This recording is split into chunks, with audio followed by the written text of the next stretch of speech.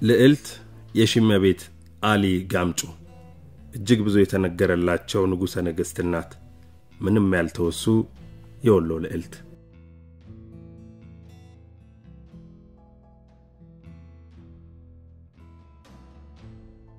በየትኛውም ዘመን የሚነግሱ ነገሥታት ገድል፣ ታሪክ፣ ጠንካራና ደካማ ጎኖች በወቅቱ በነበሩት የታሪክ ጸሐፊዎች ተሰናድተው ለትውልድ እንዲተላለፉ ይደረጋል። አዲሱ ትውልድ በቀደመው ትውልድ የተሰሩትን ስራዎችና ታሪካቸውን ለማወቅ እናም ለመመራመር የታሪክ ሰነዶችን ማገላበጥ የግድ ይለዋል። ነገሥታት አንዳንዴ በሰሩት ስራ ልክ አንዳንዴም ከሰሩት ስራ በላይ ይነገርላቸዋል። በአገራችን ኢትዮጵያ ታሪክ በርካታ የነገሥታት ታሪክ ቢኖርም አንዳንዶቹ ከቆይታቸውና ከሰሯቸው ስራዎች አንፃር ብዙ የተባለላቸውና የተጻፈላቸው ናቸው። ለምሳሌ አጼ ዮሐንስ የአገራቸውን ሉዓላዊነት ለመጠበቅ ከጣሊያኖች ከግብጾችና ከድርቡሾች ጋር ባደረጉት ተጋድሎ ትውልድ ያስታውሳቸዋል። አጼ ሚኒሊክ የአፍሪካውያን ድል እና ኩራት በሆነው የአድዋ ድል ዘመናዊነትን ለኢትዮጵያ ለማስተዋወቅ ባደረጉት አስተዋጽኦ ትውልድ ሁሌም ይዘክራቸዋል።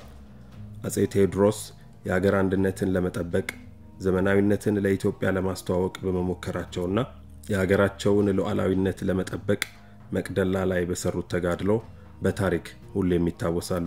በኢትዮጵያ ታሪክና የፖለቲካ ተሳትፎ ወይም አገሪቱን በመምራት ረጅም ዘመናት ያስቆጠሩት ተፈሪ መኮንን ወይም ቀዳማዊ ኃይለ ሥላሴ በአገሪቱ ዘመናዊነትን ለማስፋፋት ባደረጉት ጥረት በተለይም ደግሞ የአፍሪካ ህብረትን ምስረታና ተያያዥ ታሪኮች ጋር ሁሉ ጊዜ ስማቸው ጎልቶ ይሰማል። በአዲስ አበባ ሰኔ 26 እና 27 ቀን 2009 ዓ.ም በተካሄደው 29ኛው የአፍሪካ ህብረት የመሪዎች ስብሰባ ላይ ቀዳማዊ ኃይለ ሥላሴ ለአፍሪካ ህብረት ምስረታና እድገት ላደረጉት አስተዋጽኦ በህብረቱ ግቢ ውስጥ የመታሰቢያ ሐውልት እንዲቆምላቸው ተወስኗል። ቀዳማዊ ኃይለ ሥላሴ በኢትዮጵያ ታሪክና የፖለቲካ ህይወት ውስጥ ለበርካታ ዓመታት ቆይተዋል።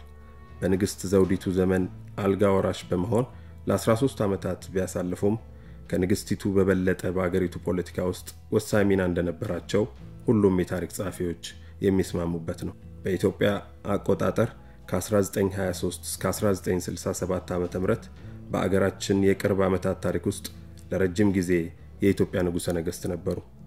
ስለሆነም የኢትዮጵያ ታሪክ በተነሳ ቁጥር የቀዳማዊ ኃይለ ሥላሴ ታሪክ መነሳቱ የግድ ነው።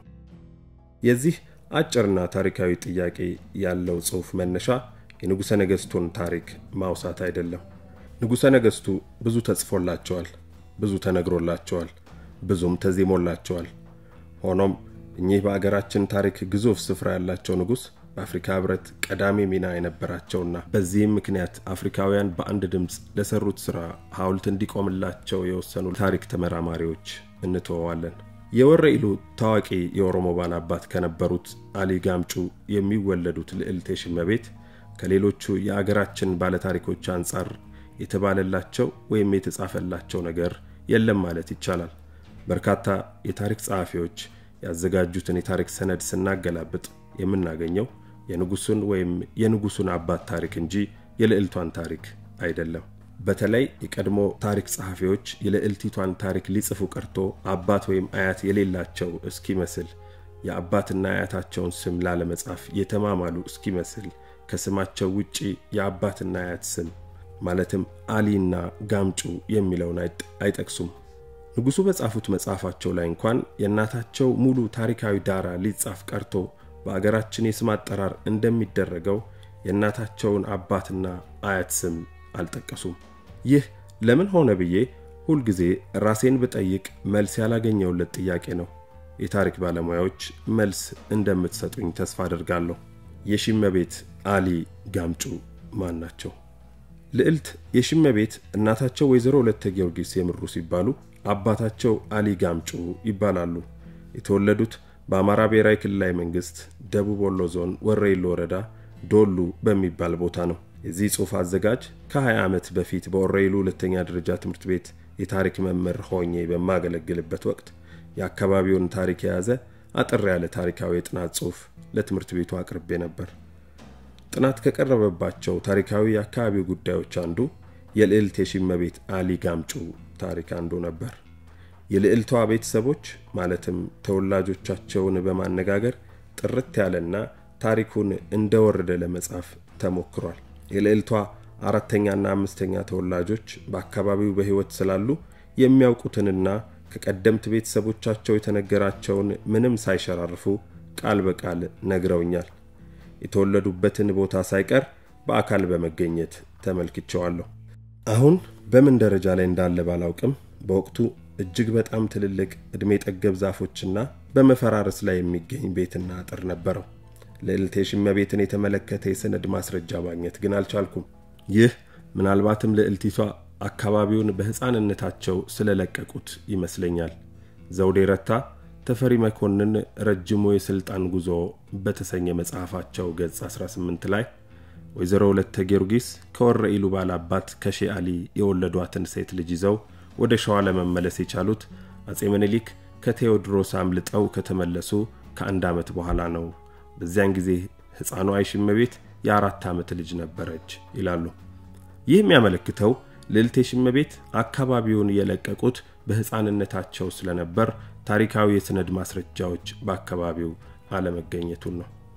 ልዕልት የሽመቤት ሐሰን አሊና ስናፍቅሽ አሊ የሚባሉ ሁለት ወንድምና እህት ነበራቸው።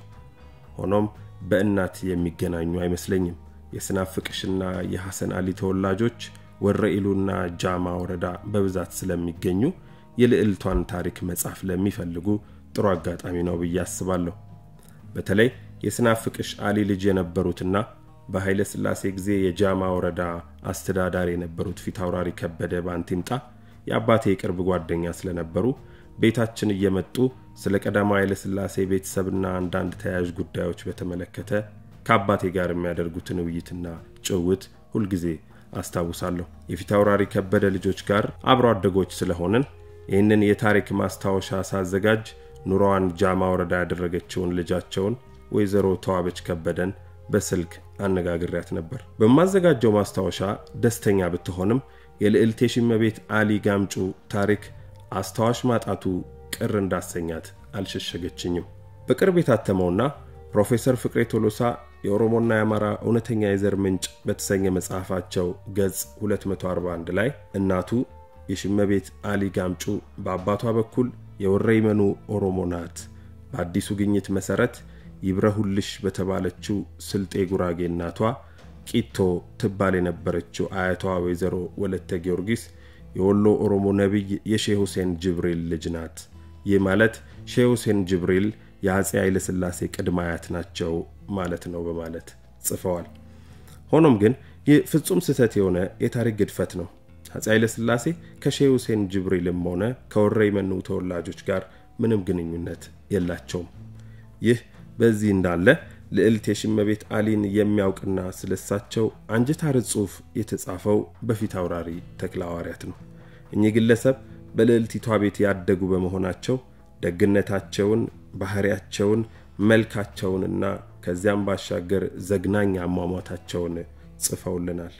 ፊታውራሪ ተክለሐዋርያት ተክለማርያም የህይወቴ ታሪክ በሚባለውና በ1998 ዓ.ም ቤተሰቦቻቸው ባሳተሙት መጽሐፍ ገጽ 32 ላይ ተክለሐዋርያት ልዕልት የሽመቤትን መጀመሪያ ያዩአቸውን ቀን የነበረውን ሁኔታ ሲገልጹ ወይዘሮ የሽመቤት በጣም ወፍራም ብስል ቀይ ናቸው፣ ቆንጆ ናቸው፣ ሹሩባቸው በትከሻቸው ላይ ተንዘርፍፏል ይላሉ። በርግጥ ቁንጅናቸውን ለመመስከር የቀዳማዊ ኃይለ ሥላሴን መልክ ማየት በቂ ይሆናል።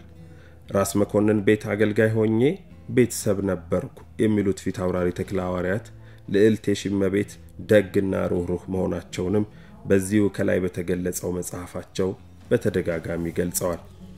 ፊታውራሪ ተክለሐዋርያት ሐረር በነበሩበት ወቅት በተፈጠረባቸው በሽታ ምክንያት የሰውነታቸው መጎዳት ልዕልት የሽመቤትን በማየታቸው በወቅቱ የተፈጠረውን ሲገልጹ እንኮዬ ተመዋረድ መዳኔን ለመቤቴ ነግራቸው ኖሮ አምጪው ብለዋት ወሰደችኝ። ባዩኝ ጊዜ ደነገጡ። ምን ነው አቡነ ተክለ ሃይማኖት እንዴት ከሳ? አወይ ልጄን ክፉኛ ተጎድተዋል።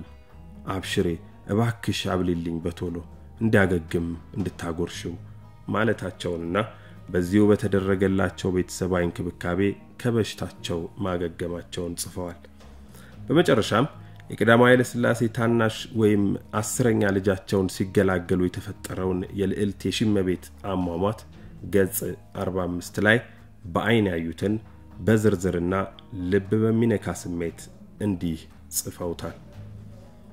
መጋረጃ ተጥሎ እመይቴ ያቃስታሉ። ከወደ ጀርባ ዞርኩና ወደ እመይቴ ተጠጋው። ከመሬት በላይ ከፍ አድርገው አስቀምጠዋቸዋል። እግሮቻቸውን አንፈራጠው ጋለል ብለው ተደግፈዋል። ምጥ ይዟቸዋል። አንዲት ያደሬ ሴት አዋላጃቸው ነች ተብላ አለቃ ሀብተ ማርያም አስመጥተዋል። ከመይቴ እግሮች ስር ተቀምጣለች፣ ትጠባበቃለች።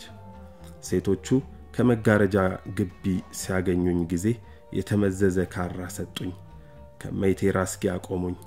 እንደዚህ የጎራዴውን ደንደንስ ከጫንቃዬ ላይ አስደግፌ ይጠባበቃለሁ። ሴቶቹ ይማጥናሉ፣ ማርያም ማርያም ይላሉ። እኔም እንደነሱ ልመናዬን አፋጠንኩ። ምጡ እመይቴን አልጎዳቸውም። ሴቶቹ ማማጠናቸውን ተውና ድምጻቸውን በጣም ዝቅ አድርገው ተንሾካሸጉ። ልጅ መወለዱን በመላ አወቅሁ። ነገር ግን ድምጹን አልሰማሁትም። አዲስ የተወለደውን ልጅ ወደ ጓዳ ያሸሹት መሰለኝ። አለቃ ሀብተ ማርያም ወደ ጓዳው ውስጥ እየገቡ እየወጡ እየተመላለሱ ከሴቶቹ ጋር ይነጋገራሉ። በኋላ ልጅን ወዴት እንዳደረሱት ለማወቅ አልተቻለኝም። እንደዚህ እመይቴ ተገላግለው ጥሬ ቅቤ ከራሳቸው ላይ በጉሎ ቅጠል ለጠፉላቸው። እመይቴ ውሃ ለመኑ። እባካችሁ ውሃ ስጡኝ አሉ።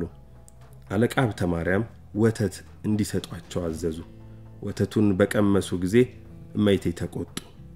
በጦም አስገደፋችሁኝ፣ አቡነ ተክለ ሃይማኖት ይወዱላችኋል እያሉ አማረሩ። አለቃ ሀብተ ማርያም ቄሶች አስገቡና እግዚአብሔር ይፍታ አሰኝተው ንስሐ በኋላ መቀበል ነው እንጂ ምንም ኃጢአት የለበትም እያሉ አጽናኗቸው። ውድቅ ታለፈ። የእንግዴ ልጅ አልወርድ ብሎ አስቸገረ። ማታ የተገላገሉ ከዶሮ ጩኸት በኋላ እንኳን ሳይወርድላቸው ቆየ። ሊነጋ አቅራቢያ ተዳከሙ። መናገር ያቅታቸው ጀመር። ሰውነታቸው በጣም ወፍሮ ነበርና ጉዳት በዛባቸው። እየቆዩ ሴቶቹ ሁሉ ተጨነቁ፣ ያለቅሳሉ። እኔም እየተጨነቅኩ አለቅሳለሁ። እንቅልፍና ድካም አልተሰማኝም። አለቃ ሀብተ ማርያም ትእዛዝ ሰጡ። አዋላጇ እጇን ትታጠብና ጣቶቿን አስገብታ ቀስ ብላ የእንግዴ ልጅን ወደ ውጭ እየሳበች ታስወጣው ብለው አልጎመጎሙ። ሴቶቹ ይህን በሰሙ ጊዜ ፊታቸውን አኮማተሩ፣ ለቅሶም አበረቱ። አዋላጇ እንደታዘዘችው አደረገች። እመይቴ ክፉኛ ተንሰቀሰቁ። ድምጻቸው ልቤን ነካው። የባሰውን እንባዬ ፈሰሰ። እመይቴ ጮሁ፣ አረ ገደላችሁኝ፣ እባካችሁ ስለ አቡነ ተክለ ሃይማኖት ጥቂት አስተንፍሱኝ። ምን ነው ጨከናችሁብኝ? ምን አልኳችሁ? አዋላጇ ፋታ አልሰጠቻቸውም። ዝም ብላ ትጎለጉላለች። እመይቴ ተዳከሙ፣ ተዝለፈለፉ። በዙሪያቸው ደጋፊዎች በዙ። ሊነጋ ነው። ወፎች መንጫጫት ጀመሩ። ጨለማው ሊገፍ ነው። ጧት በማለዳ እመይቴ ያረፉ ይላሉ።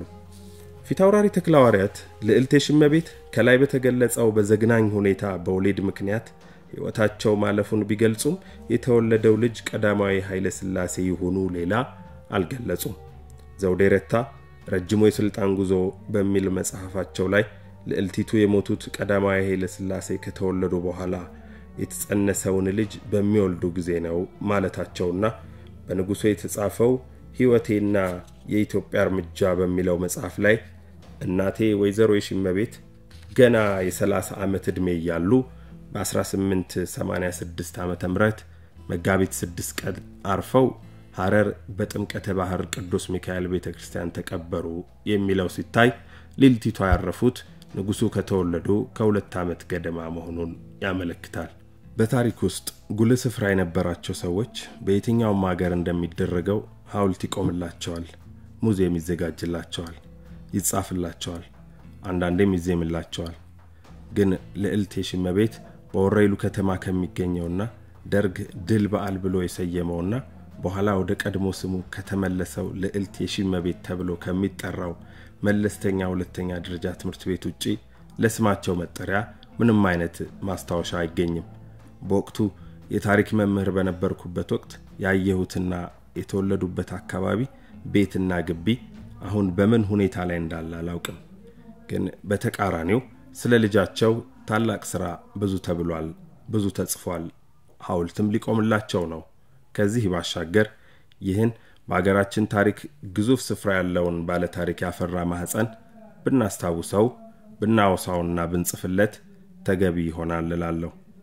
ይህንን የታሪክ ማስታወሻ ስጽፍ ዋናው ዓላማዬ የተዘነጉትን ልዕልት ለማስታወስና የታሪክ ተመራማሪዎች ተገቢውን እንዲሰሩ ለማስታወስና ለመጠቆም ነው። ቸር ሁኑ።